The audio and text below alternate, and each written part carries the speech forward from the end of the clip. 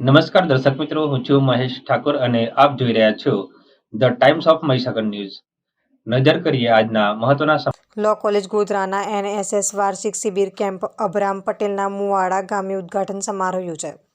શ્રી પંચમહાલ શિક્ષણ પ્રચારક મંડળ સંચાલિત લો કોલેજ ગોધરાના એનએસએસ વિભાગનું વાર્ષિક શિબિર અભરામ પટેલના મુવાડા ગામે ઉદ્ઘાટન સમારોહ યોજવામાં આવ્યો, જેમાં કાર્યક્રમના અધ્યક્ષ પંચમહાલ શિક્ષણ પ્રચારક મંડળના પ્રમુખ ભૂપેશભાઈ શાહ તથા આરબી કારના સીઈઓ અને એમડી રમેશ પટેલ તથા લો કોલેજ ગોધરાના આચાર્ય શ્રી અપૂર્વ પાઠક તથા અભરામ પટેલના મુવાડાના આચાર્ય કેયુર પટેલ તેમજ લો કોલેજ ગોધરાના પ્રોફેસર અને રોટરી ક્લબના સેક્રેટરી ડૉક્ટર સતીશ નાગર જોડાયા હતા.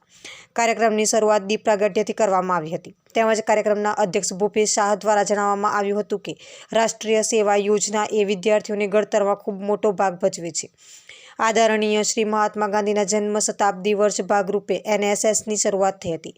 જેમ આર્મી માટે એનસીસી છે, તેમ સમાજની અંદર સેવા માટે એનએસએસ છે. લો કોલેજ ગોધરાના આચાર્ય શ્રી અપૂર્વ પાઠક સાહેબ સમગ્ર મહેમાનોનું શાબ્દિક સ્વાગત કર્યું હતું.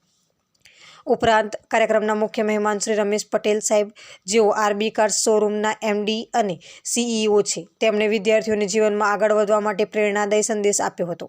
સમગ્ર 7 દિવસના કાર્યક્રમની રૂપરેખા એનએસએસના પ્રોગ્રામ ઓફિસર ડૉક્ટર સતીશ નાગર સાહેબે આપી હતી. તેમજ કાર્યક્રમની તમામ આભાર વિધિ ડૉક્ટર સતીશ નાગર સાહેબે કરી હતી.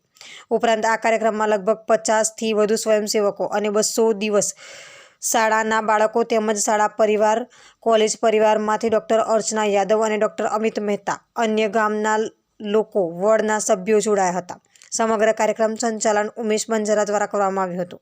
અંતે બધા અલ્પાહાર લઈને છૂટા પડ્યા હતા. આપના વિસ્તારના પડે સમાચાર જોવા માટે અમારી channel the Times of Mahisagar ન્યૂઝને લાઇક, શેર અને સબસ્ક્રાઇબ કરો.